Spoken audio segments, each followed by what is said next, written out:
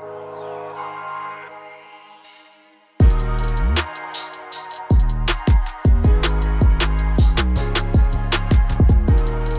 Jordan. What's going on, Michael? Just living, my brother. How are you? Living, my brother. Gary, brother. Hulk here. How's your week? It's going good, man. Things are good. How about yourself? It's good, brother. Just chilling. Getting, dude, I'm sore. Very sore. Started a new program. Did some gymnastics work yesterday. A lot of isometric work. Yeah, I'm sore. You're putting that home gym to good use. Oh, dude. I'm in there for a long time every day. A lot. My wife had a friend come over and once my daughter was put down, I don't know, around like 7 or so, then I would just immediately go to the garage and I'd be in the garage working out from like 7 to 10:30. And my wife's friend was like, does he do this every day? I love that. I was like, it's just like, I just love being out there. Just doing different things. Yeah, it's the best. Mobility, strength, cardio. I love being in the garage. We are designed to move more than we currently move. That's an absolute fact. So some people might hear that and be like, oh, isn't that obsessive? Or do I really need to be working out for 3.5 hours a day? It's not like, oh, I need to be doing this for this many hours so that I can achieve this physique or lose this fat or like make this kind of aesthetic progress. It's like that movement makes you feel so much better compared to what you would otherwise be doing with your time. Yeah, like sitting on a couch, looking at social media, just hunched over, blood pressure elevated, angry. Whereas now, and it's not like I'm doing burpees or going super hard it's like I'll do a little bit of strength and then I'll do some mobility work, then I'll do a little cardio, and it's like I'm just out there moving in different directions. I'm having a blast. So working on different skills. I'm a big fan. And you got your treadmill. I got it back here. Just got to assemble it. Oh, let's go. I'm excited. Although it's reasonably nice here. It's in the 40s, but it'll come in handy eventually. Big time. The incline is also really nice. It's so much easier to get into zone 2 at a 15-degree incline than it is on a flat surface. And like less stress on the joints. It's just put it on an incline, boom, and you get in that zone 2 without overstressing your tendons and ligaments. Yeah, you don't need to walk as fast, and you get a little bit more of like a lower body pump, which feels good as well. So yeah, I'm excited about that. I've been doing some big toe mobility. Okay. Big toe and calf mobility. And how come? So there are a number of reasons, but I spent a long time trying to get my splits, and then I had to take time off because I hurt my knee when I was doing it. And it was like the medial aspect of my left knee. So like the inside of my left knee, beneath my adductor, right? So it was like on the inside of my knee, and it felt like a really bad strain that it wouldn't go away. And I had to take a long time away from going after the splits because of that. And I was doing more research, digging into it, and apparently it's pretty common, likely the gracilis. But I think there were two main reasons that happened. One is because I was doing a lot of PNF type stretching, like contract release type stretching, where like you tense really hard and then you relax, and when you relax you go deeper into the stretch, and then you relax and then you tense really hard, and basically it helps you get deeper into the stretch a little bit more quickly than if you were just doing the static stretches, and it also makes it a little bit more of a strength based stretching routine as opposed to purely static, just laying there and trying to get deeper without much of a strength component. Anyway, when I was doing my intense isometrics, I was going really hard. And that was sort of like my brain was like, I'm a power lifter. I go hard, even though I haven't powerlifted for almost 10 years. That's just the sort of the way my brain goes. And I think I went a little bit too hard, too fast with it. And it took me like 6 months probably like 4 months to have that aggravation happen. But I think that's what did it. I was going a little bit too hard. And also I think my calves were a little bit too tight because, the calves, they also cross the knee. And so I think that was one of the main reasons that happened. So I've been working on big toe mobility and some calf mobility as I'm getting back into working on the splits again. And dude, the tightness around my knees feels, my knees just feel so much better since I've been doing more big toe and calf work. And it takes like 3 minutes. I wonder how much of the calf tightness is driven by all the miles you've been running. I'm sure that definitely plays a role. I'm sure that, that absolutely plays a role for sure. Also, just, I don't know the last time I really stretched my calves.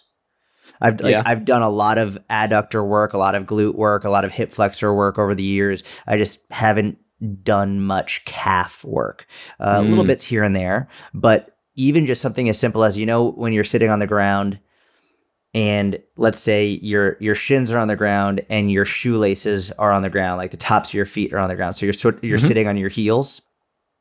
Instead of sitting shoelaces on the ground, just dorsiflex your foot so that your toes are flexed into the ground. Just sitting like that for 1 minute. Holy shit, dude. The big toe mobility, like the foot, the intrinsic muscles of the foot, I get up and then I ground. I walk on the grass after that for a little while, and it just feels incredible. Then I do a little bit of calf stretching. Man, my knees down, feel like a new man. Yeah, that move, when you haven't done it and you do it for the first time for that long of a hold, it's absolutely brutal. I had a yoga teacher back in like 2014 who had me do that, and it was absolutely brutal. Yeah, big fan. What inspired you to want to do the splits again? It's always something that I've wanted to do. I've really wanted to do it, and I knew I was going to get back into it. I just didn't know when. And always like going back to age 5, or always more recently? No, because when I was a kid, I could do it. When I was younger, I could do the split. So wow, I guess wanted to do it again because I did gymnastics when I was a kid. And then between that and then I did Taekwondo for a while and then wrestling and all, like I was very flexible and mobile and I could do it. And then just over the years, I lost it. So I want to get back to it. You lost it sitting in coffee shops making 3 Instagram posts a day for a few years. Yeah, that's exactly right. Yep. Taking a lot of Adderall and just being super stressed and sitting on airplanes and not sleeping. Yeah, I lost it. My brain was like, we're going to tighten you the fuck up. You are in a high stress state. There's no reason for your body to allow these huge ranges of motion. Yeah. So I've wanted to get it back. And then after I hurt my knee, the first round that's I think when I really got into the zone 2 work, which is ironic because that didn't hurt my knee at all, but I really hurt it doing a lot of the stretching and mobility work. So then I got really into the zone 2 work for a couple of years. And now I'm like, okay, I want to get back into the split stuff. And I'm taking a little bit of a different approach this time to it. So I'm excited about it. Nice, bro. Yeah. Well, we have a banger of an episode today. How to build an online fitness business in 2024. Man. And this might be a 2-parter. We'll see. We'll see how this episode goes. But I mean, this could be a 5-parter if we wanted it to, but it could be a 10, maybe just maybe a 4-parter, like every week leading up to 2024. We'll see. We'll see how we're feeling. Flying by the seat of our pants. Do you have anything when you hear that immediately pops into your head in terms of anything that a coach should be doing, or maybe something that's unconventional relative to what everyone else is doing, or mistakes you see coaches out there making? What comes to mind first for you? The first thing that comes to mind is this, and I think it's a great question. The first thing that comes to mind is more of a principle / mindset as opposed to a tactic, which is when it comes to succeeding in 2024, your goal shouldn't be to succeed in 2024. Your goal should be to set yourself up to succeed for the rest of your career. And I think that in the same way that your clients are like, okay, I want to join this 30-day program so that I can be shredded by the end of January. And you're like, we're not doing this for a month. You're doing this for the rest of your life. The way you want to set the groundwork for your business is whether you're just starting out or you're 10 years in, it's not about what's going on right now. It's about setting yourself up for long-term success in the future. And so I think having that mindset will set, and that principle will set the stage for the approach you should take in 2024, while also understanding it's not just about 2024. And we were talking about this in the mentorship the other day. When we look at our clients' weight, we often like to analyze it from a month-to-month perspective, June 1 to July 1, July 1 to August 1. So we can look at that monthly perspective shift, or that weight trend over time.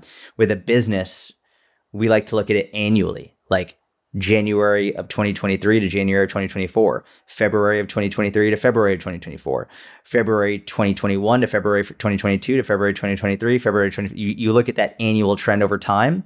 So even though a year seems like a long time, it's really not, especially in when you're running a business. 1 year is nothing. I won't say it's nothing, but it's as close to nothing as you can get. It's like, if someone was like, hey, how long have you had your business? And they're like, 1 year, they'd be like, okay. Like, that's not impressive at all. If someone's like, how long have you had your business? 5 years. Okay. Like 5 years. Like, how long have you had your business? 25 years. Oh, God, that's impressive now that you've had that business for 25 years. How long have you had that business? 10 years. Oh, well, like you're really, you're doing it. Good job. Keep going. 10 years isn't even that long compared to some people who've had businesses for whole careers. So we can talk about different strategies and tactics, but I think this is the most important foundational layer to really understand. Let's dig in on this. What are some of the behaviors that would be different in somebody who is looking at blowing up their business in 2024 versus somebody who is thinking about laying a foundation this year for the rest of their career? I think if we're looking, I think the biggest, or one of the biggest ones, is if you're looking to have a long-term business, you need to be focused and really dive into the long-form SEOable content, whether it's YouTube or website articles. Those two being, I think, the main ones, and also podcast would be great as well. But podcast discoverability makes it a little bit more difficult as of current. I think as podcasts become a bigger part of SEO, which I predict that they'll become more important. But I think long form articles and YouTube videos should absolutely be a main focal point of everyone who wants long-term success with their business. And the reason I'll say this is because a lot of people, like, they get defensive about it. They don't agree. Well, listen, if you've ever complained about the algorithm on Instagram or TikTok or any of the Twitter, whatever you're using, or X, formerly Twitter, whatever, like, if you've ever complained about the algorithm and how no one is seeing your stuff, it's only going to get more difficult. And the way to beat that is by having a handful of very high performing YouTube videos and website articles that people consistently find of you. And in order to have a handful of them, you need to make a lot of them. The more shots on net you take, the more chances you have to score. If you make a handful of YouTube videos and website articles, odds are you'll have none that do very well. If you make 50 of them, odds are you'll have one or two that do really, really well. So if you make one YouTube video a week for a year, you might have one or two do super, super well that carry you, that help your business for the remainder of your career. If you do that for 5 years, well, now all of a sudden you could have like 25 videos that consistently rank really, really high when people search whatever those terms are, that consistently show up. So that's the goal over the long term, is having content that no matter for however long you're in the industry, and even long after you're gone the industry, people will continually find and will always help them. And that, I think, is the main difference. Whereas the people who are focused on 2024 are always going to be focused on, how do I get this TikTok reel or this video to go viral? They're going to be focused on likes. They're going to be focused on follows. And now more than ever, we see people with huge audiences who get shit engagement because they have a couple videos go viral and they get a lot of followers from those videos, but no one's actually seeing the rest of their content, because they don't know what they're doing, and they're focused on trying to get videos to go viral rather than actually trying to do what they need to do to get people to trust them and believe in them, because and as a result not get clients from that audience. So that's, I think, the main thing. You nailed it. Two other benefits to long form content, and I'll start with this one. when you are making like a comprehensive YouTube video, or you are writing a 3,000 or 4,000 word article on a subject, you are going to have to learn more about that subject than you currently know off the cuff right now to be able to teach and write a comprehensive piece on that subject. By doing that, you're going to become a better coach. So you learn more by creating long form content than you do by creating short form content. Another like sub benefit of that is when you are creating that long form content, you're creating so many pieces of short form content as a result. You can pluck a paragraph here, you can pluck a paragraph there, and you can make that into a reel, you can make that into a tweet post, you can make that into whatever, and it's going to stand on its own as a piece of short form content. The other thing that you like slightly went over there, but I'm going to go deeper on, is this like your ability to build depth with an audience comes through long form content. It's very hard. Like you mentioned the viral reel, and then, you get 1 million views on something, but you only end up with 100 or 150 new follows on the back end. And how many of those people are really paying attention? You can only build so much depth through short form content. And don't get me wrong, short form content's great. Like it's great for discoverability, especially. But long form content is where you're going to build more depth with your audience, where you're going to gain more trust from your audience. And so doing that in tandem with short form content is something we highly recommend. And you're not going to get a massive number of clients doing it in the short run, right? Like you're not going to write 2 long form articles per month for the first few months, January, February, March, April, and then have 20 online coaching clients all of a sudden when you're just starting your business. That's not how it works. You might have, like Jordan said, write 50 in a year and have 2 or 3 that are amazing. Those might generate you 15 new clients each for the next decade. That's where that evergreen top of Google, like SEO matters. Same thing with YouTube.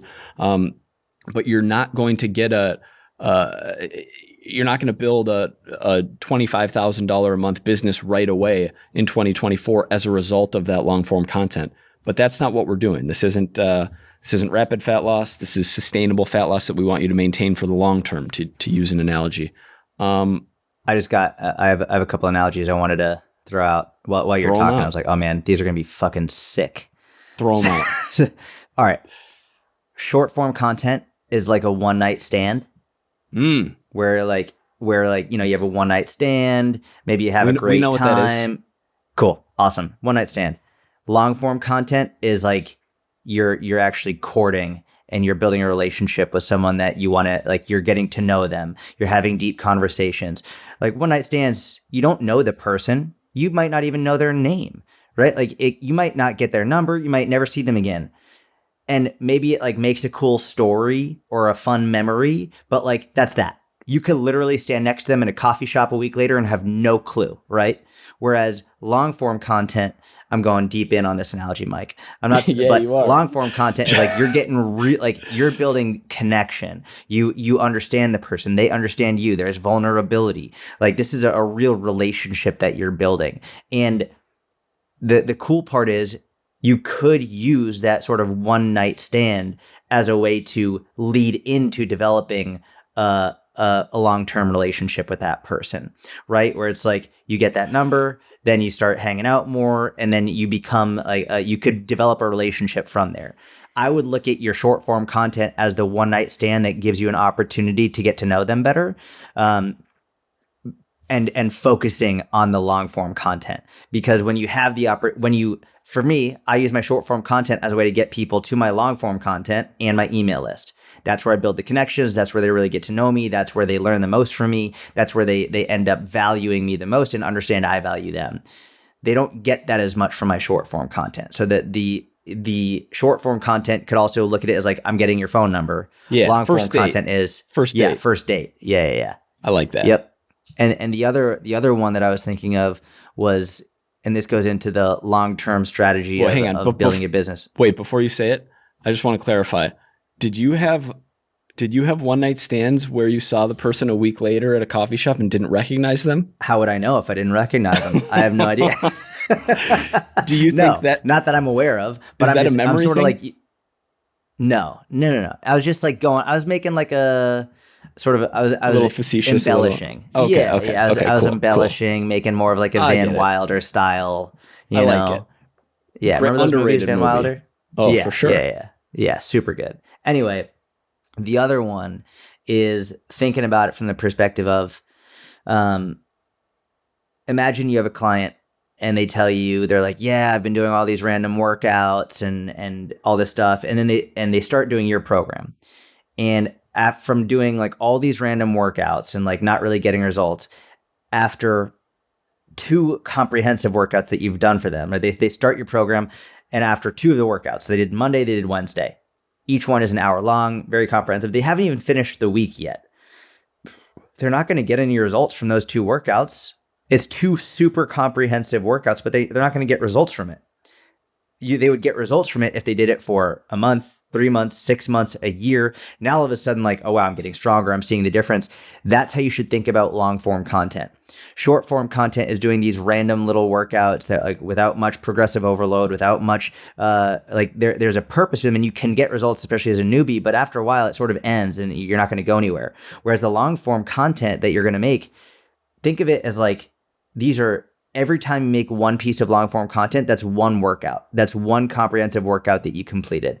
Congratulations. It was a difficult workout and like you got through it, but now you've got a lot more that you need to do. And you need to take all the lessons you learned from doing that one workout and bring it the next week, and then the next week, and then the next week, and do that for years and years and years, and have that long-term perspective when you're making this long form content.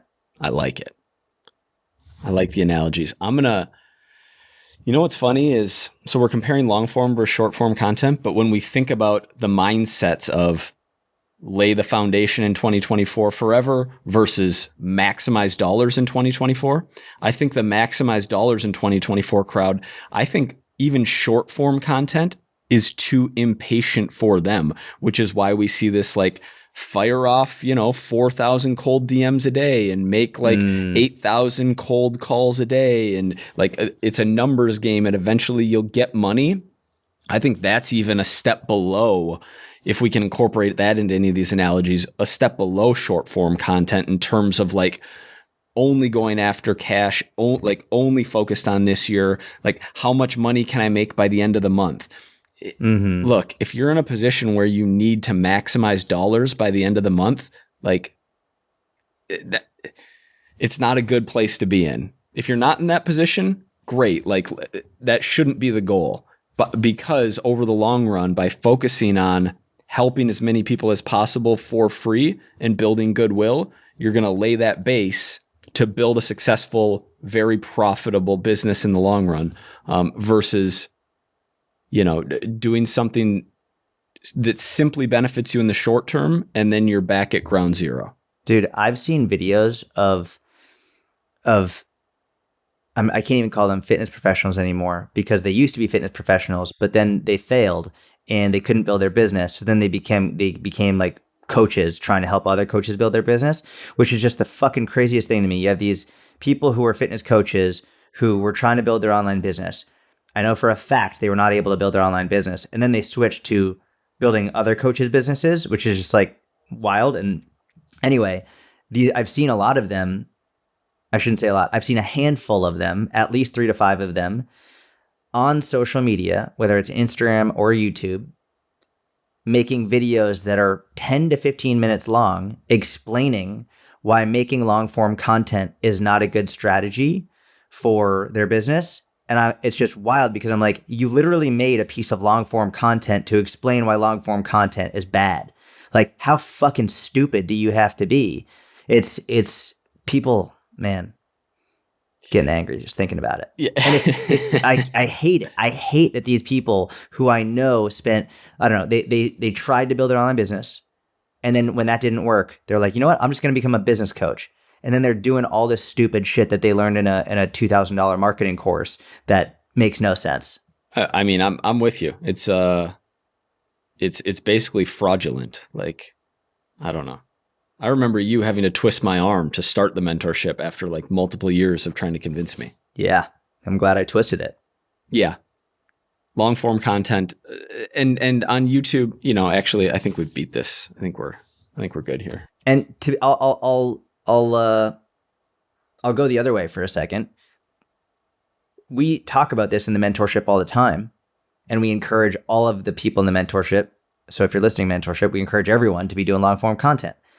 There are some people in the mentorship who don't do long form content and still fucking crush it.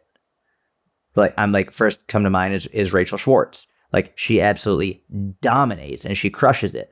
But still, we tell her all the time, you should still be making long form content, because it's think of it almost as your insurance, right? Like, not if, but when social media goes to shit, when the algorithm goes to shit, when things hit the fan, if God forbid your account gets hacked, whatever it is, you always have long form content to fall back on that people can always go back to and find. The other end of the spectrum, we have someone like Eric Roberts, who started short form, but then listened to us and has been going crazy on long form with his articles, with his YouTube videos and all of that, with his podcast, and he's also doing really well. So we can absolutely say we have people doing both and absolutely dominating it. But even Rachel, who I know is listening, knows that she fucking needs to start doing longer form content, because it is better long run for sure. I have an analogy for this one. Oh, yes. I love it. You know how sometimes you'll see, whether it's a professional athlete or just someone with a really impressive physique, and they'll come out and say, you know what? I did this and I built this as a vegan. I don't consume any animal products, and I'm still look like this, or I still can perform like this. Mm-hmm. That person did not get there because they are a vegan. That person got there in spite of the fact that they are a vegan. Yep. Take a great physique, add some animal look, fruits and vegetables are amazing, but add some animal protein to that.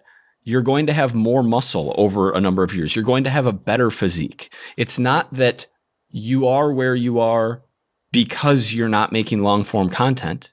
You are where you are in spite of the fact that you're not making long form content. Layer, just to use the Rachel example, who is absolutely crushing and has been for a number of years, if she had a weekly or even twice a month podcast, it'd be completely, it would crush to the moon. Yes. Yeah. And so it's a layer on top of the short form of what she is already doing, or what one of these people is already doing, that would add more success. 100%. Agreed. Okay. What else in terms of building a business in 2024, laying the foundation for your business in 2024? Mm-hmm. What else comes to mind? And I have a little list here that I can pick one, unless you have something that you're really feeling. Well, the next thing I would say, and this goes hand in hand with the long form content, is an email list. An email list is, and these are really just the foundations of the important aspects of building your business. And I'm not going to say the same story I've told a million times about when I wish I had an email list. But if you don't have an email list, and or if you are not pushing people to your email list on a consistent basis, you're making a huge, huge mistake. I aim for about once a week. It usually ends up being once every 10 to 12 days for some type of a push to my email list. But that's an active push. And when I say active push, I mean an active push on my short form content.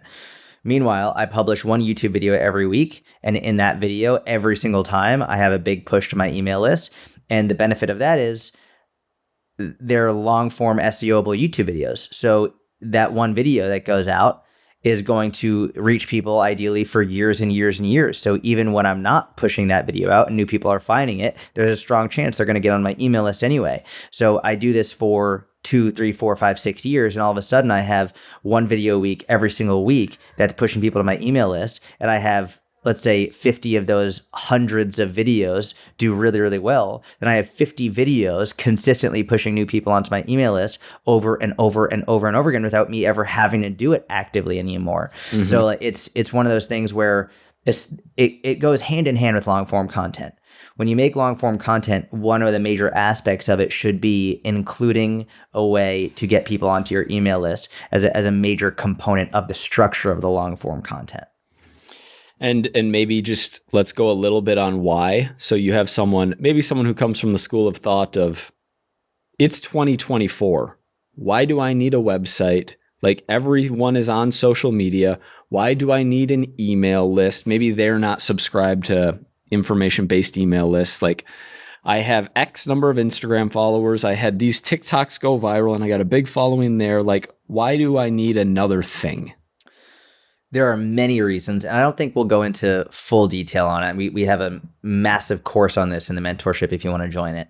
But I would say the main reason is, and there are a number, but one of the main ones, we'll give two of the main reasons. The first main reason is, if you've ever complained about the algorithm and you're not being able to reach people who are your followers, you're not able to reach every one of your followers at all. You reach a fraction of your audience, like maybe like 1%. And even that would be pretty high if you reach 1% of your audience. Whereas your emails will go in the inbox of essentially 100% of the people on your list. A small percentage will go to spam. They always does, a very small percent, but the vast majority is going right in the inbox of your email list. And that means that no matter what, you can always, always, always reach them, and you always have them available to you. The other aspect of that is, even for people who might see your posts, like oftentimes they'll see a post and like, oh, you know what? Like, maybe they're distracted at home. Something is going on. They're who knows? Maybe they're one of the idiots looking at social media while they're driving. They see the post, but they don't really understand the post, and then they swipe, and then it keeps going. Whereas your email, if they'll like, oh, you know what? I'm going to save this for later. They mark it as unread, and they come back to it and watch it. Or if they were taking the weekend or week off social media, when they come back to social media, they might not see your post, but when they go back to their inbox, it's going to be sitting there waiting for them right there. So you always have access to them, and I think it's one of the best places to sell, to actually make sales, to close sales. So those are the two main reasons. Yeah, and like you said, many more reasons that we went over in that course, but I think you picked the right two, especially just ability to reach your entire audience at any time. Even if you don't plan on writing emails, again, we're talking about building your email list. We're not talking about committing time to making content exclusive to your email list. That's something that doesn't make sense until you have thousands of people on your email list. And even then it's optional. But yeah, just the ability to reach everyone, especially like to use a term. I don't know if we've ever used this term on the podcast, but it was a really funny story the first time you ever told me, when one of your buddies said that his Instagram was skunked. He said, Adam Pine.